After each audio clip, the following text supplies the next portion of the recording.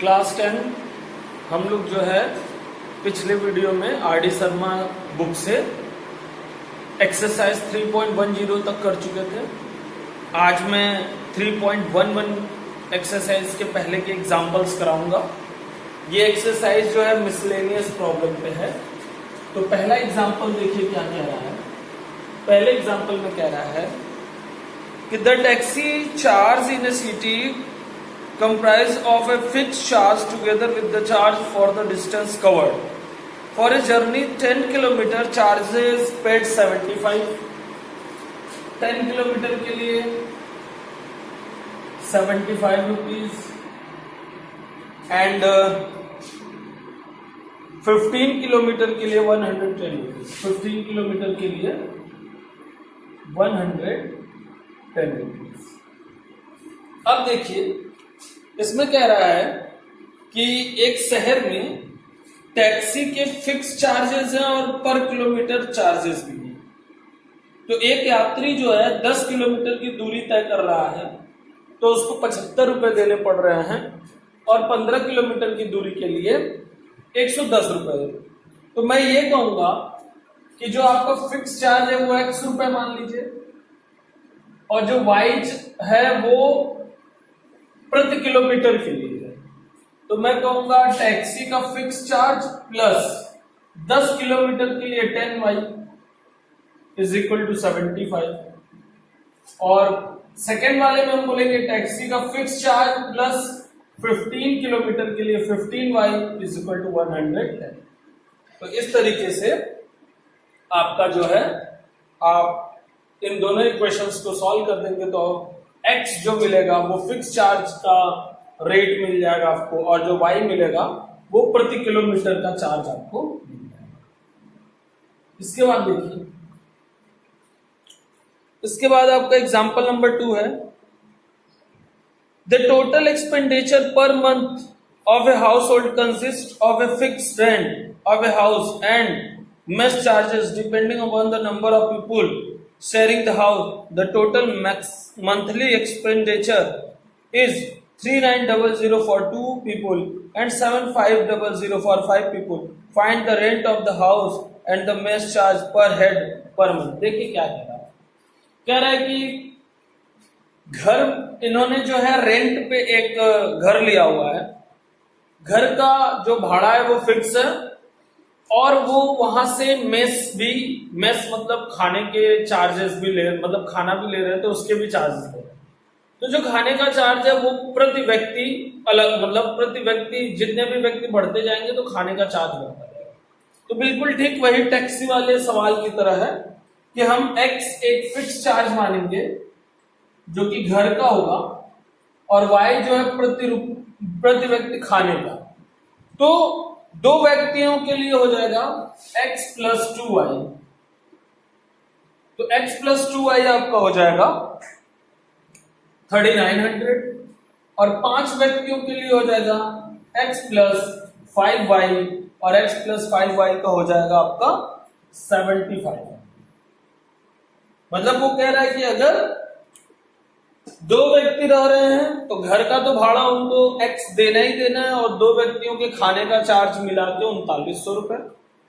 5 व्यक्ति रह रहे हैं तो भी घर का भाड़ा उनको देना ही देना है और 5 व्यक्तियों के खाने के जो चार्जेस हुए वो 5 है, टोटल मिला के 75। ठीक है, तो इस तरीके से x जो मिल जाएगा वो घर का भाड़ा रहेगा और y जो मिलेगा वो मेस के चार्ज। इसके बाद देखिए example number 3 the area of rectangle gets reduced by 9 square unit of its length is reduced by 5 unit and breadth is increase by 3 unit. If we increase the length 3 unit and breadth 2 unit the area increase 67 square unit. देखिए अब जो है यहाँ पे rectangle के area की बात कर रहे हैं। तो रेक्टेंगल का एरिया अगर रेक्टेंगल का लेंथ हम L मान ले और ब्रेथ B मान ले तो एरिया हो जाता है L इंटू B। अब बात क्या हो रही है, पहली शर्त इसने क्या कहा, पहली शर्त में इसने कहा कि अगर हम लेंथ को 5 घटा दें और ब्रेथ को 3 बढ़ा दें तो एरिया 9 कम हो जा रहा है। तो चलिए लेंथ को अगर हम 5 बढ़ा देंगे तो L+5 हो जाएगा। ब्रिथ को अगर हम 3 घटा देंगे तो B-3 हो जाएगा। और एरिया निकालने के लिए हमने लेंथ इंटू ब्रिथ किया। ये जो एरिया आया आपका पहले वाले एरिया से 9 कम है। ये बन गई आपकी एक इक्वेशन। एक्स वाई की जगह एल बी है। दूसरे केस में कह रहा है कि अगर हम लेंथ को 3 बढ़ा दें,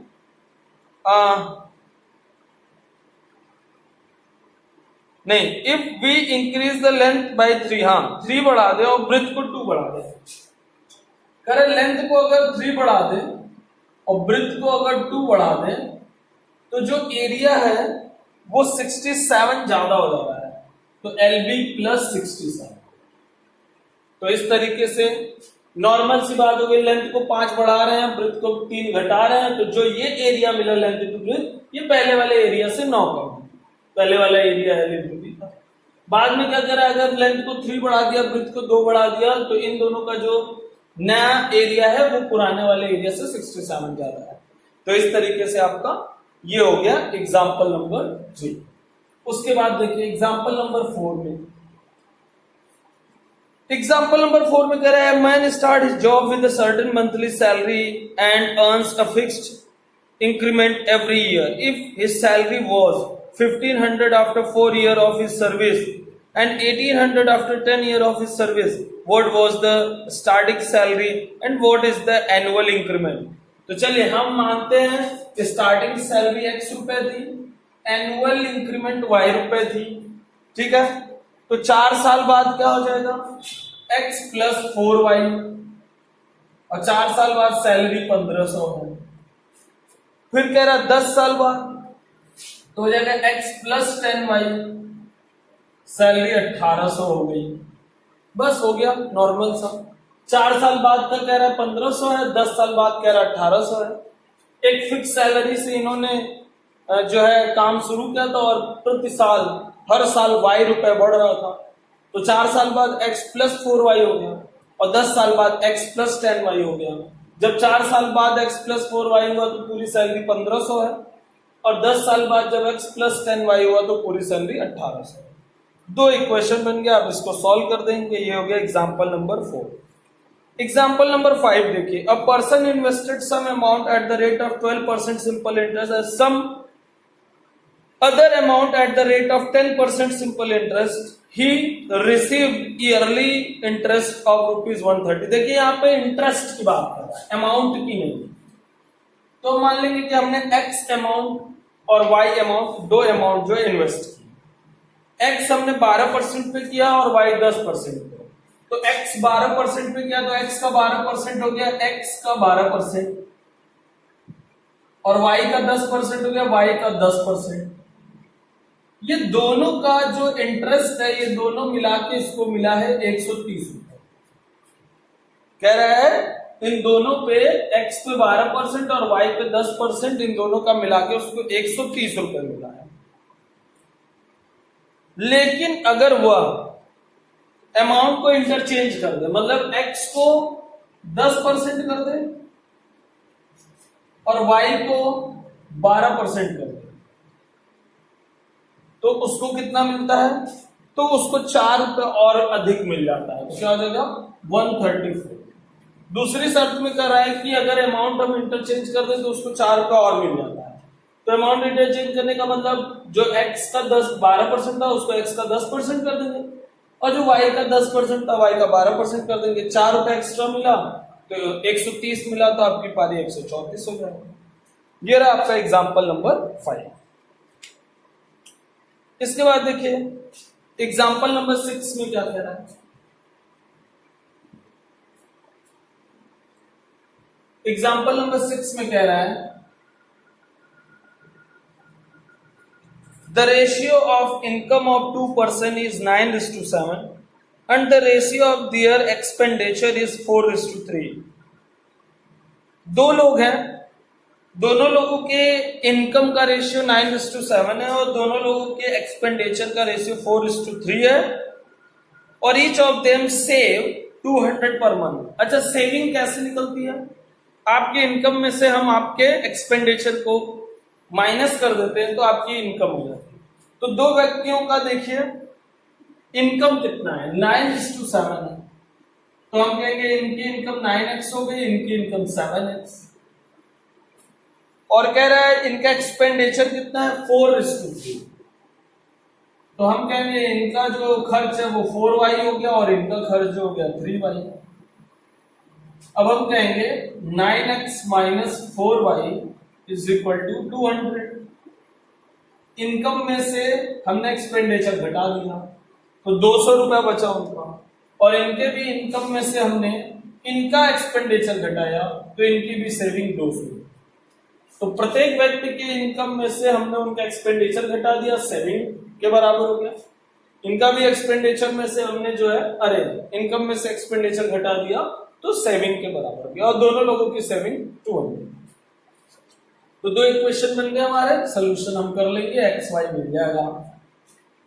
7 नंबर देखिए, कह रहा है एक ट्रायंगल में एक ट्रायंगल एबीसी है, और कह रहा है एंगल सी जो है ना वो 3 टाइम्स एंगल बी के बराबर है और 2 times angle A plus B के बराबर है। तो कह रहा है फाइंड द 3 एंगल, तो हमको तीनों एंगल बताने हैं, है ना।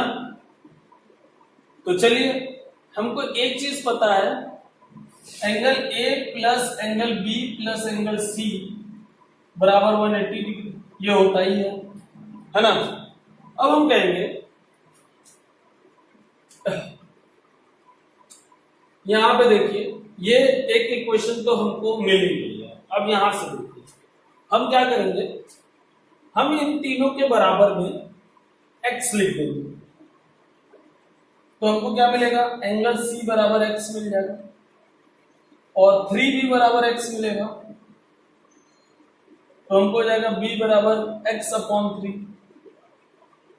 और फिर हम यहां पे लिखेंगे 2a प्लस b बराबर x, तो a प्लस b बराबर x/2, और आप क्या करेंगे b की वैल्यू यहां पुट कर दीजिए, तो a प्लस x/3 बराबर x/2, तो a बराबर x/2 माइनस x/3, तो आपको मिल गया 6, 2 3 जा 3x माइनस 2x बराबर x/6। तो a भी मिल गया, b भी मिल गया, c भी मिल गया। a की वैल्यू यहां रखिए x/6, b की वैल्यू रखिए x/3, c की वैल्यू रखिए x/x is equal to 180 degree. तो आपको मिल जाएगा 6x 2x 6x is equal to 180 degree, 6 to 8 9x is equal to 180 into 6, 9 2 is 18, x is equal to 120, तो x 120 हो गया, that means c is equal to 120, b is equal to 120 upon 3 40, और a is equal to 120 upon 6 20 degree 40 degree और 120 degree. इस तरीके से हो गया आपका question number example number 7। Example number 7 के बाद देखिए, एग्जाम्पल नंबर 7 के बाद एग्जाम्पल नंबर 8 में क्या कह रहा है, find the 4 angle of cyclic quadrilateral ABCD, angle A 2x minus 1, angle B y plus 2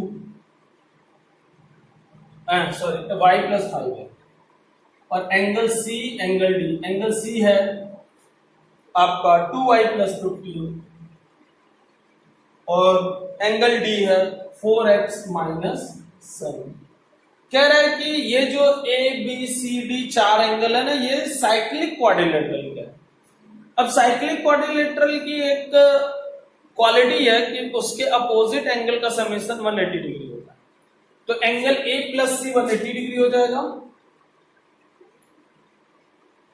और angle B plus D 180 degree हो जाएगा। तो एंगल ए हो जाएगा 2x माइनस 1 प्लस एंगल सी हो जाएगा 2y प्लस 15 बराबर 180 और एंगल बी हो जाएगा आपका y प्लस 5 और डी हो जाएगा 4x माइनस 7 बराबर 1। इन दोनों को आप सॉल्व कर देंगे, x और y की वैल्यू मिल जाएगी। तो x की वैल्यू यहाँ रखेंगे तो एंगल a मिलेगा, y की वैल्यू रखेंगे b मिलेगा, y की वैल्यू रखेंगे c मिलेगा और x की वैल्यू रखेंगे d। इस तरीके से आपको चारों एंगल आपके मिल जाएंगे। अब देखिए इसके बाद लेवल 2 में आ रहा है एग्जाम्पल नंबर 9। एग्जाम्पल नंबर 9 में देखिए क्या है। एग्जाम्पल नंबर 9 है आपका a man sold a chair and a table together 1520 thereby making a profit of 25% on the chair, 10% on the table। तो देखिए एक आदमी चेयर और टेबल बेच रहा है 1520 रुपए पे 20 रुपए में, तो 25% प्रॉफिट मिल रहा है चेयर पे, 10% टेबल पे। देखिए चेयर का मान लिया x, टेबल का मान लिया y। चेयर पे 10%, टेबल पे making 25% on chair, sorry chair पे 25% और टेबल पे 10%। तो देखिए x प्लस x का 25% और y प्लस y का 10%। क्योंकि आप चेयर बेच रहे हैं और टेबल बेच रहे हैं तो चेयर का दाम और टेबल का दाम तो आप लेंगे ही लेंगे और उसका प्रॉफिट भी ले रहे हैं। तो चेयर और चेयर की प्रॉफिट 25%, टेबल और टेबल की प्रॉफिट 10%, टोटल मिला के इसको 1520 रुपए में बेचा। तो 1520 रुपए में अगर बेचा है तो उसमें प्रॉफिट भी है और चीजों का एक्चुअल जो प्राइस है वो भी है, इसलिए पूरा लिखना पड़ा। अगर सिर्फ प्रॉफिट होता 1520 रुपए सिर्फ प्रॉफिट होता तो सिर्फ हम प्रॉफिट लिखते हैं, लेकिन नेट इतने अमाउंट में बेचा है तो हमको प्रॉफिट भी लेना पड़ेगा और जो उनकी कॉस्ट प्राइस है वो भी लेनी पड़ेगी। तो यहां पे हो गया 125x upon 100, 110y upon 100 is equal to 1520, double zero उधर भेज देंगे। ये हो गया आपका इक्वेशन नंबर 1। अब क्या कह रहा है, अगर हम 10% इस पे ले लें और 25% इस पे ले लें तो हमको 1535 रुपए मिलता है। तो उल्टा कर लीजिए, 10% इस पे कर लीजिए तो 10% हो जाएगा 110x और 25% 125y, वही चीज उल्टी हो जाएगी और मिल रहा है 1535, तो 1535 के आगे डबल जीरो। ये इक्वेशन फर्स्ट और ये इक्वेशन सेकंड। तो इस तरीके से कर ले, 10% इधर है तो 110 का ये हो जाएगा और 25 इधर है 125 हो जाएगा और 1520 की जगह 1535 हो जाएगा, डबल जीरो बढ़ जाएगा। ये रहा आपका एग्जाम्पल नंबर 9। एग्जाम्पल नंबर 9 के बाद देखिए example number 10। Students of a class are made up of stand in rows. If one student is extra in a row, there would be 2 rows less. If one student is less in a row, there would be 3 row more. Find the number of students in the class. देखिए क्या करना है, कह रहा है कि रोज में बच्चों को खड़ा किया जा रहा है। तो मान लीजिए ऐसे रोज बनाए जा रहे हैं लाइन से, तो हमने कहा कि अगर टोटल y रोज हैं और हर रो में x स्टूडेंट है, तो टोटल कितने स्टूडेंट्स हो गए, टोटल स्टूडेंट्स हो गए हैं x इंटू वाई। जैसे मान लीजिए एक लाइन में 10 बच्चे खड़े हैं और 10 बच्चों की 5 लाइन लगाई गई है, तो कितने बच्चे हो गए, 10 गुणे 5 50 बच्चे।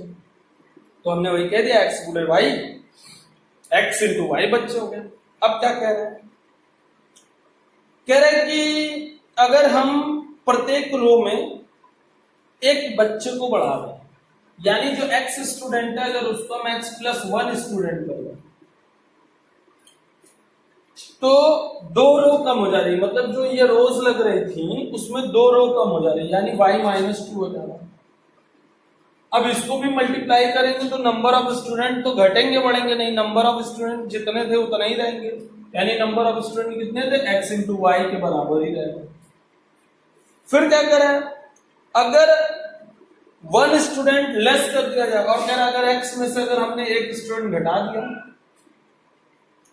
तो हमको 3 रो बढ़ानी पड़ जा रही है, यानी y+3 हो जाना है, और ये भी number of student x × y के ही बराबर होंगे, क्योंकि बच्चों की संख्या ना तो बढ़ेगी ना तो घटेगी, बच्चे उतने ही रहेंगे स्कूल में।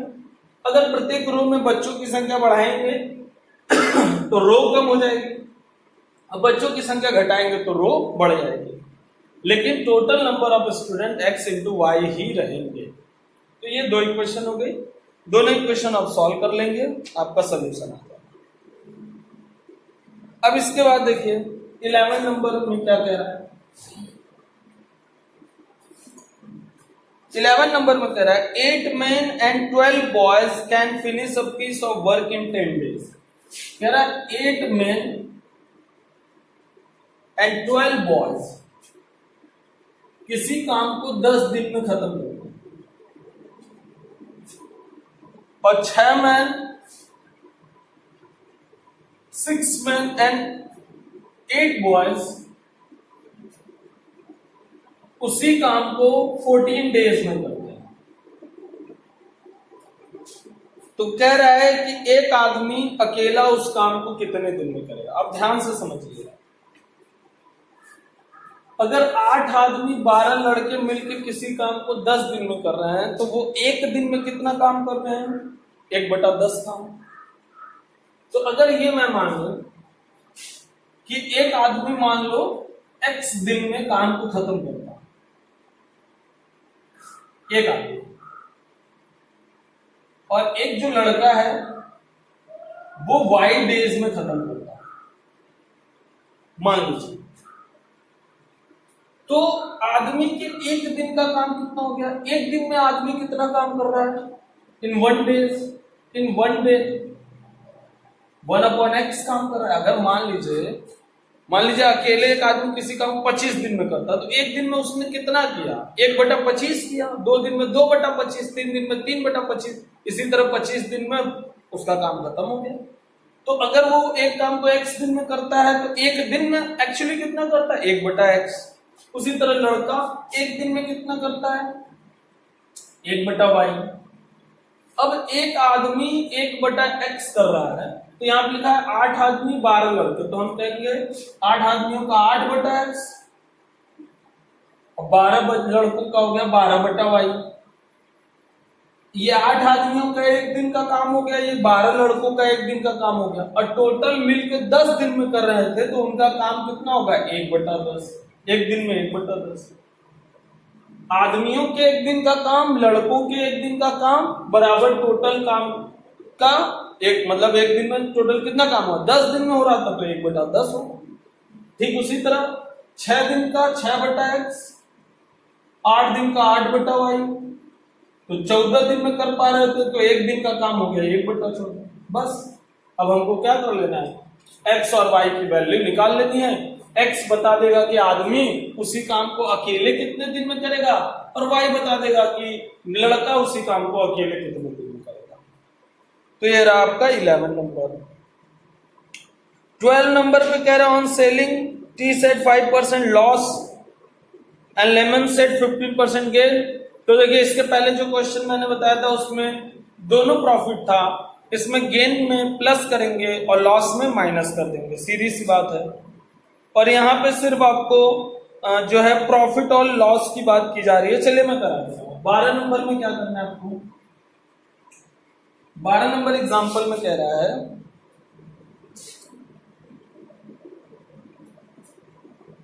12 नंबर एग्जाम्पल में वो टी सेट बेच रहा है और लेमन सेट। ये टी सेट का प्राइस हो गया, ये लेमन सेट का प्राइस हो गया।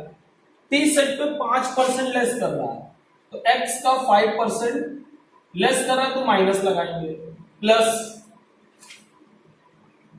और लेमन सेड पे 15% गेन कर रहा है, तो लेमन सेड के 15% पे हम प्लस लगाएंगे। और उसको प्रॉफिट हुआ, टोटल उसको प्रॉफिट हुआ 7 रुपए का, तो +7। यहां पे सिर्फ प्रॉफिट और लॉस की बात की जा रही है, इसलिए एक्स और वाई को हम नहीं लेंगे, सिर्फ प्रॉफिट और लॉस की बात की जा रही है। ठीक है, इसके बाद कह रहा है अगर वो 30 सेट पे 5% गेन ले ले, तो हम कहेंगे 5x/100 प्लस ले लेंगे। और लेमन सेट पे भी वो 10% का गेन ले ले, तो ये भी आपका प्लस ही रहेगा, तो उसको मिल रहा है 13 रुपये। बस सिंपल सा है। प्रॉफिट है तो प्लस लिखोगे, लॉस है तो माइनस लिखोगे। यहां पे भी गेन 7 है इसलिए +7, लॉस 7 होता तो -7। ठीक है, क्लियर। इसके बाद है आपका लास्ट 13 नंबर एग्जाम्पल, और इसके बाद जो है आपका आरडी शर्मा बुक से चैप्टर नंबर 3 आपका फिनिश हो जाएगा, खत्म हो जाएगा। आप देखिए, it can take 12 hour to fill a swimming pool using 2 pipe. 2 pipe से अगर हम किसी स्विमिंग पूल को भर रहे हैं तो 12 घंटा लग रहा है। अगर हम लार्जर पाइप को 4 घंटा चलाएं और स्मॉलर पाइप को 9 घंटा, तो सिर्फ आधा पुल भरा जा रहा है। तो कह रहा है how long would it take for each pipe to fill the pool separately. देखिए, सवाल ये कह रहा है कि 2 पाइप है, एक लार्जर पाइप है और एक स्मॉलर पाइप है, डायमीटर।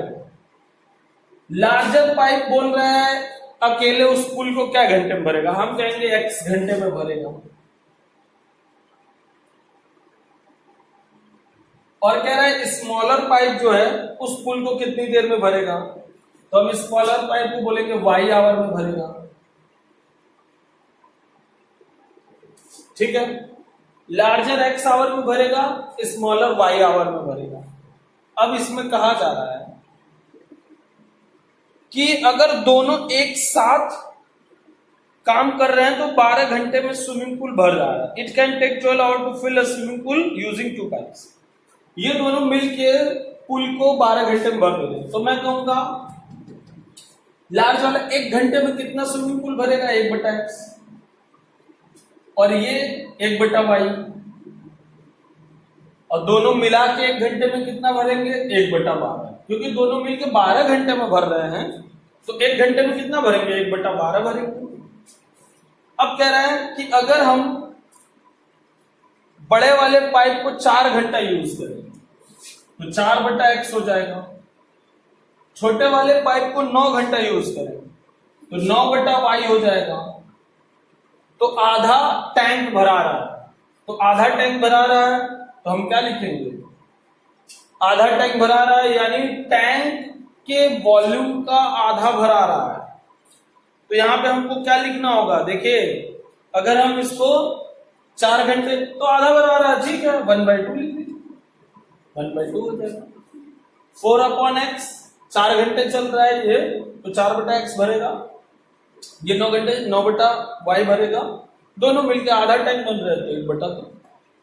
तो सिंपल है। इस तरीके से आपका जो है pair of linear equation in 2 variable खत्म हो रहा है। कल से हम लोग पढ़ेंगे, अगला चैप्टर है चैप्टर नंबर 4 क्वाड्रेटिक इक्वेशन। तो बड़ी खुशी की बात है, हम लोगों ने अब तक 3 चैप्टर फिनिश कर लिए हैं मैथ्स में, और अब हम 4th चैप्टर की ओर बढ़ेंगे। तो कल मेरी पहली क्लास होगी क्वाड्रेटिक इक्वेशन। आज के लिए इतना है।